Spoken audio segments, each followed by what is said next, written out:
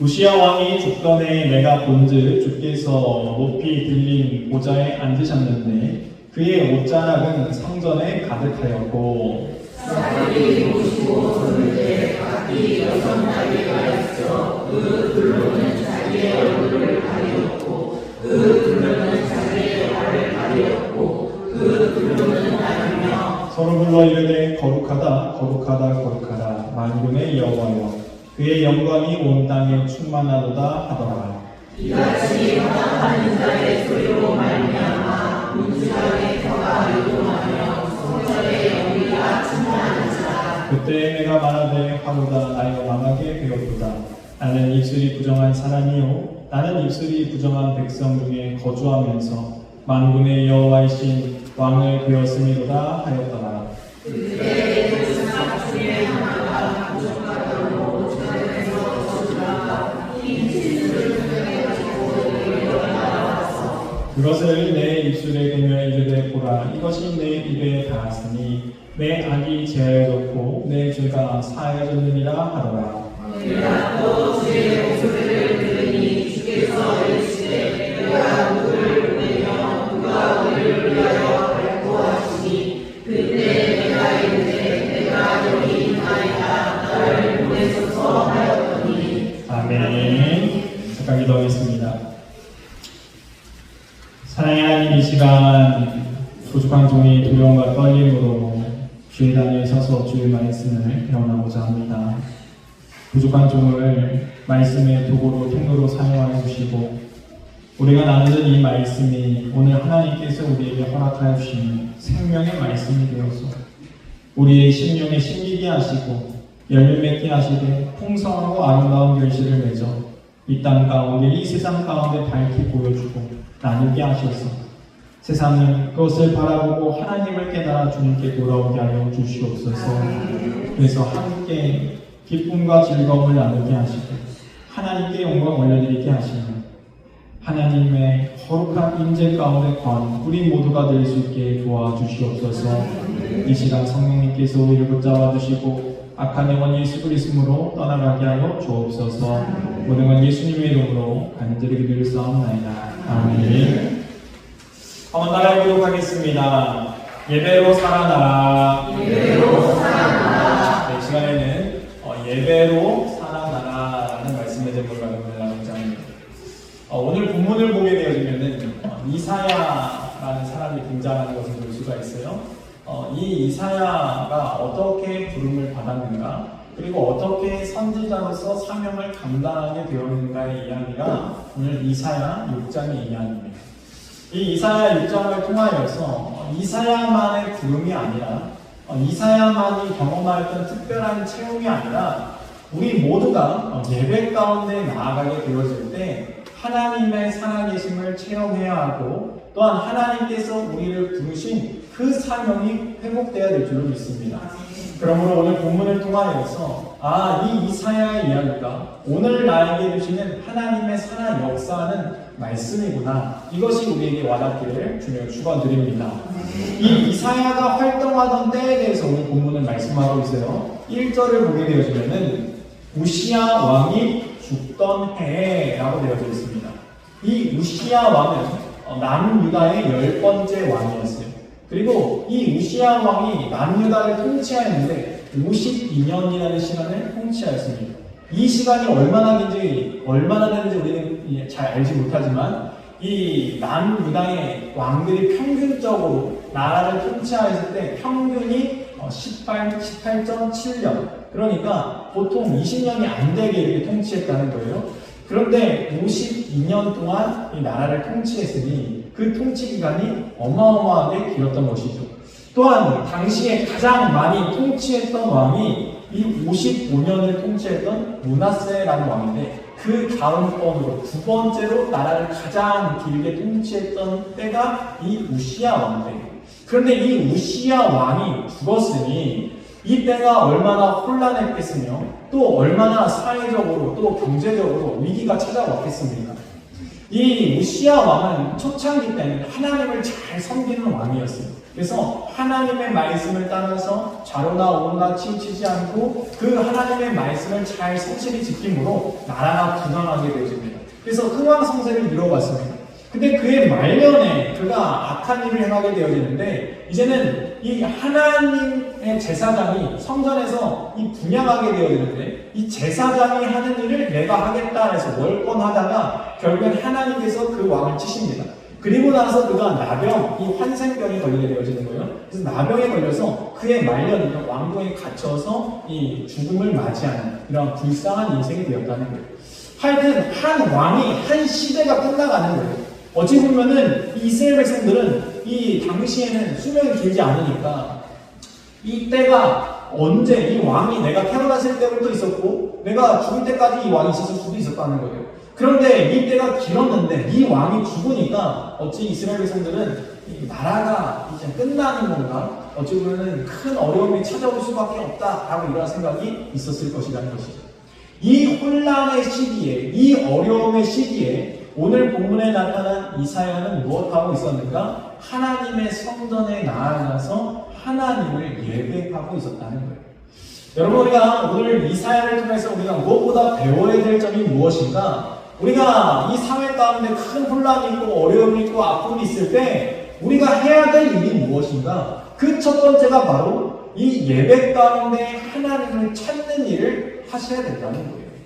그러므로 우리의 삶 가운데 어려움이 왔습니까? 혼란이 있습니까? 아픔이 있습니까? 우리가 무엇보다도 놓치지 말아야 되는 것이 하나님을 구하는 것입니다. 이 예배 가운데 나오는 일이라는 거예요. 이 예배가 바로 우리가 살아날 수 있는 첫 번째 길이라는 것입니다.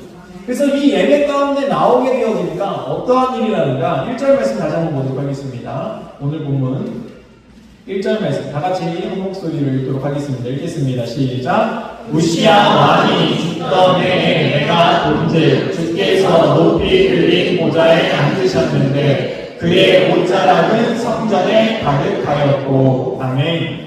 이 우시야 왕이 죽어서 사회적으로, 이 경제적으로 나라가 흔들리는 이때 이 성전에 나와서 이 예배를 드렸더니 하나님의 보좌가 보이는데 이 하나님의 임재가 성전에 가득한 거예요. 당시 이 옷자락이라는 것은 왕과 신의 옷자락은 거룩함과 경외의 상징을 뜻하는 거예요. 그러니까 성전에 가득하다는 것은 하나님의 이 거룩하심, 하나님의 이 경외하심이 이 성전에 가득하다는 것이죠. 하나님의 보좌는 흔들리지 아니했다라는 것을 우리가 알 수 있는 거죠. 여러분, 우리가 세상이 아무리 흔들려도 하나님의 보좌는 흔들리지 않습니다. 하나님의 일하심은 멈추지 않습니다. 하나님의 은혜는 동일하게 부어지고 있다는 거예요. 그러므로 우리가 이 땅 가운데 기억해야 될 것은 나에게 어려움이 있고 환난이 있고 아픔이 있을 때 하나님 보좌 가운데 나아가게 되어지면 하나님의 살아계심을 경험하게 되어지고 그 굳건하신 하나님께서 나를 붙잡고 있음을 깨닫게 되어지기 때문에 나의 걱정과 염려와 근심이 사라지는 것을 경험하게 되어지는 것이죠.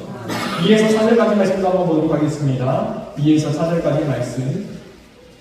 스락들이 모시고 섰는데 각기 6날개가 있어 그 둘로는 자기 얼굴을 가리었고 그 둘로는 자기의 발을 가리었고 그 둘로는 날며 서로 불러 이르되 거룩하다 거룩하다 거룩하다 만군의 여호와 그의 영광이 온 땅에 충만하도다 하더라. 이같이 화답하는 자의 소리로 말미암아 문지방에 터가 유동하며 성전의 영리가 충만한지라. 아멘.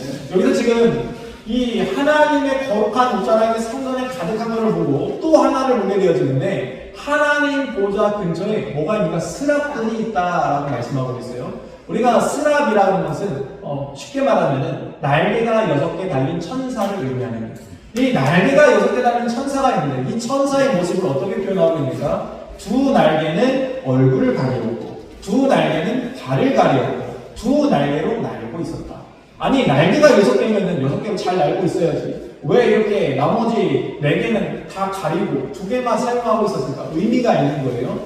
이 두 날개로 얼굴을 가린다는 것은 하나님의 경외함을 의미하는 거예요. 내가 죄인됨으로써 어찌 내가 하나님의 얼굴을 함부로 볼 수 있습니까? 그러므로 하나님을 경외하기 때문에 하나님의 얼굴을 쳐다보지 못하는 것이죠. 그래서 하나님께서 모세를 만나 주실 때에도 모세한테 네가 나를 보면 너는 죽는다. 그러므로 그의 얼굴을 가리고 지나가는 것을 보여주셨죠. 마찬가지로 하나님을 경외하는 인생은 하나님을 함부로 바라보지 못한다는 거예요. 그래서 하나님 앞에 언제나 경외함을 가지고 하나님을 바라본다는 것이죠. 존중하고 경외함을 가지고 하나님을 바라보는 것. 그게 두 날개로 얼굴을 가렸다는 거예요. 또 두 날개로 발을 가렸다는 거예요. 이 당시 발은 가장 더러운 부분을 상징합니다. 그러다 보니까 이 발을 가린다는 것은 내가 이렇게 죄 많은 존재고 내가 하나님 앞에 설 수 없는 존재임을 인정하는 겸손함의 상징이라는 거예요. 그래서 두 발을 가리었다는 거예요. 그러면은 왜 두 날개로 날고 있었는가? 그것은 순종의 민첩함을 의미하는 거예요. 하나님께서 말씀하시면은 내가 언제든지 날아가서 민첩하게 하나님 말씀에 즉시 순종하겠습니다. 그래서 두 날개로 날고 있었다는 거예요. 이 이사야가 바라본 하나님을 경외하는 모습, 하나님을 예배하는 모습이 이랬다는 거예요. 그래서 경외함과 그리고 겸손함과 순종함을 가지고 예배하는 모습을 그가 하나님의 이 스랍들을 통해서 깨달았다는 것이죠.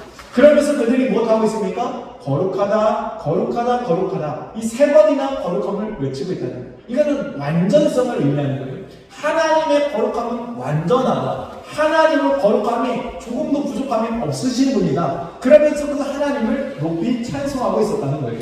그렇습니다. 그랬더니 이 스랍들의 화답하는 그 소리가, 이 만물이 화답하는 소리가 성전 문지방을 요동하게 만들고, 그리고 그 연기가 성전에 가득하다는 것은 온 땅에 하나님의 이 임재하심이, 하나님의 거하심이, 하나님의 역사가 없는 곳이 없다. 우리가 하나님 앞에 서게 되어지면 두렵고 떨림으로 선다라고 이야기합니다.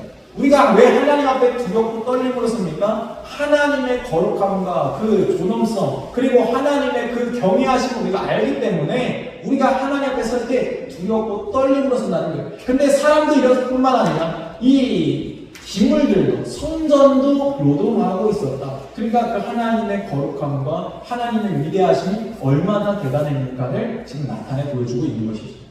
그렇습니다. 이렇게 하나님을 만났으니 이사야가 얼마나 기뻤겠습니까? 근데 이사야의 모습을 한번 보시기 바랍니다. 5절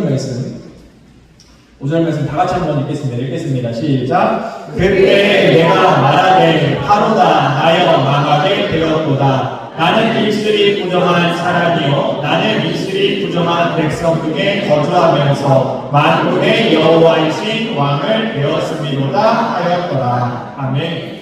분명 이사야가 이런 하나님의 정말로 경외스러운 모습, 정말 신비스러운 모습, 이 평생 볼까 말까 그러한 모습을 예배 중에 보게 되어집니다. 환상으로 보게 되어집니다.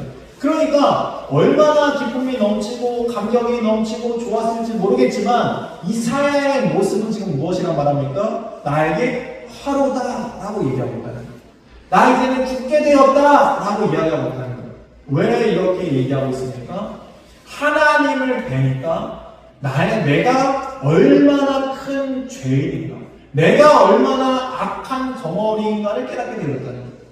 여러분, 우리가 하나님 앞에 예배하면서 늘 하나님께서 나에게 복 주시고 은혜 주시고 또 나에게 평강 주시니까 이 예배 가운데 늘 기쁨과 즐거움만 있을 것처럼 우리가 생각하지만 사실은 우리가 예배 가운데 겪는 하나의 감정이 있어요. 그거는 나는 죄인이구나, 나는 이렇게 부족하구나, 나는 이렇게 연약하구나, 하나님 제가 또 죄를 짓네요, 하나님 저는 정말로 부족한 자입니다, 나는 죄인 중에 개수와 가릴 바가 없는 자군요 라는 것을 깨닫게 되어진다는 거예요. 그래서 우리가 예배 가운데 하나님의 말씀을 들을 때 때로는 그 말씀이요 정말 비수가 되어서 나의 심장이 막 콕콕 찔릅니다. 너무나 그 말씀이 아파요. 내가 왜 그렇게 살지 못하는가 자책감이 듭니다. 그런데 거기서 끝나지 않는다라는 것이죠. 여러분, 지금 우리가 예배를 통하여서 이 이사야가 겪는 이 감정은 사실 우리가 겪게 될 감정들이고 우리가 겪고 있는 감정들이라는 거예요. 우리가 예배에서 가장 먼저 되는 것이 무엇입니까? 하나님을 경외하고 하나님을 찬송하는 일이라는 것이죠. 근데 하나님을 경외하고 찬송하면은 하나님께서 우리에게 준비해 놓으신 복과 은혜 그리고 평강을 더해 주실 것처럼 우리 생각하지만 그것보다 먼저는 우리 자신을 되돌아보게 하신다는 거예요. 네가 어떠한 존재인가? 하나님 앞에 회부되는 그래서 철저하게 우리가 다 까발려지는 것이 있거든요. 그래서 우리의 이 연약함, 우리의 죄성, 얼마나 우리가 부족한지 알게 되어진다는 거예요. 그런데 하나님께서 그러고 끝내는 것이 아닙니다. 어떻게 하셨는가? 6에서 7절까지 말씀 한번 읽겠습니다. 6에서 7절까지 말씀 읽겠습니다. 시작. 그때 그 스랍 중에 하나가 부젓가락으로 제단에서 집은 바 흰 숯을 손에 가지고 내게로 날아와서 그것을 내 입술에 대며 이르되 보라 이것이 내 입에 닿았으니 내 악이 제하여졌고 내 죄가 사하여졌느니라 하더라. 아멘. 그렇습니다. 나는 부정하다. 나는 이렇게 부정한 입술이고 나는 이렇게 부정한 사람입니다. 나는 부정한 사람 중에 살아가고 있습니다. 라고 고백하였던 이 이사야의 고백을 들으신 하나님께서 스랍을 보내시는데 그냥 보내시는 게 아니라 제단에 있는 그 숯불을 집어서 그 입술에 대게 하셨다는 거예요. 여러분 이것은 정결하게 하신다라는 의미예요. 하나님께서 그 입술을 정결하게 해주신다.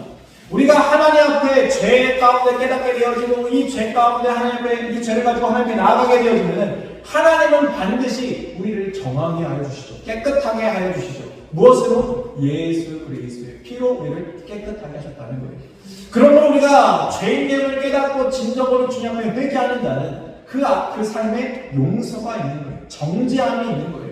그래서 주님께서 깨끗하게 하셔서 이제는 너희가 거룩하고 회복되어져서 하나님의 일을 맡을 만한 자로 하나님이 쓰실 만한 그릇으로 깨끗하게 만들어 주신다는 것입니다. 이것을 바로 우리는 은혜다라고 얘기하는 거예요. 그렇습니다. 하나님은 그냥 우리에게 복을 부어주시는 게 아니라 우리를 먼저 정결하게 만들어 주신 다음에 복을 부어주시는 거예요. 여러분 우리가 물컵이 있는데 그 물컵에 이물질이 묻으면 우리가 그 물컵 사용할 수 있어요? 못 사용해요? 못 사용하죠. 우리가 그 물컵을 닦은 다음에 물을 따라 마신 것과 같이 하나님께서 쓰실 그릇들을 하나님께서 그냥 쓰시는 게 아니라 그 그릇을 깨끗하게 하신 다음에 사용하신다는 거예요. 그러므로 하나님께서 이렇게 깨끗하게 하신 그릇에 이 은혜를 부어주시니 그 은혜가 얼마나 더 크고 그 사랑이 얼마나 값진지 우리가 깨달아야 된다는 것이죠. 그래서 8절 말씀을 보게 되어지면은 이렇게 쓰여져 있습니다. 다 같이 한번 읽겠습니다. 시작. 내가 또 주의 소리를 들으니 주께서 이르시되 내가 누구를 보내며 누가 우리를 위하여 갈고 하시니 그때 내가 이르되 내가 여기 있나이다 나를 보내소서 하였더니 아멘. 죄를 깨닫고 정결함을 깨달은 그 인생은 변화될 수밖에 없다는 것이죠. 하나님의 사랑과 그 은혜를 경험하였기 때문에 그래서 하나님을 사랑하고 하나님을 경외하는 것이 누가 시켜서 하는 게 아니라 감정 따라서 하는 게 아니라 정말로 자발적으로 하나님을 사랑하는 마음으로 기꺼이 나를 내어드린다는 거예요. 임성이 들립니다. 누가 나를 위하여서 갈고 누가 나를 위하여서 일할까? 하나님의 그 소리가 있을 때 주님 제가 하겠습니다. 이사야의 이 고백은 주님 나를 사용해야 된다는 이 고백은요 자원에서 기쁨으로 하는 고백이었다는 거예요. 그래서 우리가 교회가 세워져야 될 때 우리가 교회 안에서 해야 될 일들이 많습니다. 그런데 이 해야 될 일들을 누가 시켜서 하면요 얼마나 싫은지 모릅니다. 우리가 집에서도 누가 시켜서 하느냐 하기 싫은 게 그런 일들인데 우리가 정말 기쁨과 자원하는 마음을 가지고 사랑을 가지고 하면요 언제든지 할 수 있다는 거예요. 내가 아내를 사랑하니까 내가 설거지도 해주고 내가 아내를 사랑하니까 밥도 해주고 또 남편을 사랑하니까 빨래도 해주고 청소도 해주고 이 사랑이 있어서 그걸 하면요 이것이 어렵지가 않습니다. 그런데 일이라고 생각하는 그 순간에 아니 왜 나만 이 일을 해야 돼? 왜 나만 이 일을 감당해야 되냐고 라고 생각하면서 문제가 생기기 시작한다는 거예요. 그러므로 우리가 교회가 세워져 갈 때 하나님의 사랑을 깨닫는 것이 중요하고 하나님의 살아계심을 경험하는 게 중요하고 그 은혜를 경험했으면 이제는 나아가서 하나님 제가 여기 있습니다. 저를 사용하여 주셔서 제가 주님께 쓰임받는 그릇이 되기 원합니다. 주님께서 사용하시는 그릇이 되게 해달라고 우리가 이사야처럼 고백해야 될 줄로 믿습니다. 그런데 문제가 있죠. 9에서 12절까지 말씀. 9에서 12절까지 말씀. 여기서 이르시되 가서 이 백성에게 이르기를 너희가 듣기는 들어도 깨닫지 못할 것이요 보기는 보아도 알지 못하리라 하여 이 백성의 마음을 둔하게 하며 그들의 귀가 막히고 그들의 눈이 감기게 하라. 염려하건대 그들이 눈으로 보고 귀로 듣고 마음으로 깨닫고 다시 돌아와 고침을 받을까 하노라. 하시기로 내가 이르되 주여 어느 때까지일까 하였더니 주께서 대답하시되 성읍들은 황폐하여 주민이 없으며 가옥들에는 사람이 없고 이 토지는 황폐하게 되며 여호와께서 사람들을 멀리 옮기셔서 이 땅 가운데 황폐한 곳이 많을 때까지니라. 아멘. 주님, 제가 주님을 사랑하는 마음을 가지고 제가 주님께 쓰임받기 원합니다. 주님, 저를 사용하여 주세요 라고 고백하였더니 주님께서 그래, 그럼 내가 너를 사용할 것인데 라고 하면서 말씀하시는 것이 정말로 안 좋은 이야기를 하시는 거예요. 네가 해야 될 그 일은 어려운 일들이다. 아픔이 있는 일이다. 네가 가서 하나님의 말씀을 전하지만 사람들은 듣지 않을 것이다. 보지 않을 것이다. 귀를 막고 있을 것이다. 그리고 너와 전혀 상관없이 살아갈 것이다.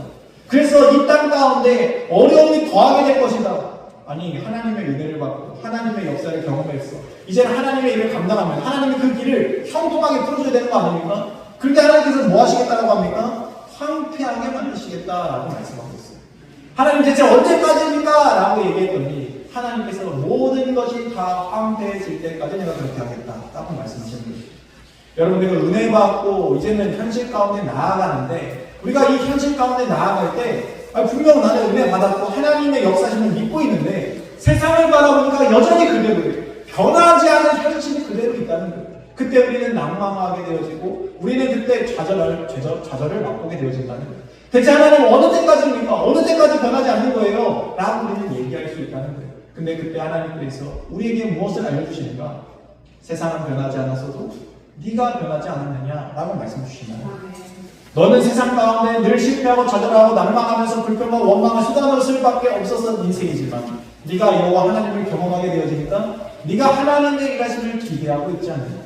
기대하는 너를 통해서 내가 일하여 주겠다 라고 말씀하신다는 거예요. 그래서 13절 말씀을 보게 되어지면 이렇게 말씀하고 있습니다. 13절 말씀 다 같이 한번 읽겠습니다. 시작. 그 중에 10분의 1이 아직 남아있을지라도 이것도 황폐하게 될 것이나 밤나무와 상수리 나무가 배임을 당하여도 그 그루터기는 남아있는 것 같이 거룩한 씨가 이 땅의 그루터기니라 하시더라. 아멘. 그렇습니다. 주님께서 모든 것이 황폐해져서 아무것도 보이지 않는 그 상황 가운데 무엇이 남아있다? 그루터기가 남아있다. 나무가 잘려서 나무가 죽은 것처럼 보이지만 그루터기가 남아있으면 다시 일어날 힘이 그 안에 있다라고 말씀하고 있습니다. 그것을 내가 거룩한 씨로 삼았다. 여러분, 하나님께서는 이 황폐한 상황 가운데서도 거룩한 씨를 남겨주셨다는 거예요. 하나님의 일하심은 여전히 계속 지속되고 있다는 거예요. 언제 그런 것을 우리가 경험하게 되어집니까? 예배를 통하여서. 예배 가운데 하나님을 바라볼 때 세상이 아닙니다. 하나님을 바라봐야 하나님의 일들을 기대할 수 있고 우리가 어려운 상황 가운데서도 이 모든 것이 하나님의 계획 가운데 있구나라는 것을 깨닫게 되어지면 우리가 인내하고 견디고 결국에는 하나님의 때에 하나님의 아름다운 열매를 맺을 수 있는 귀한 씨들이 될 수 있다는 것이죠. 그러므로 오늘 누가 그 거룩한 씨가 되겠습니까?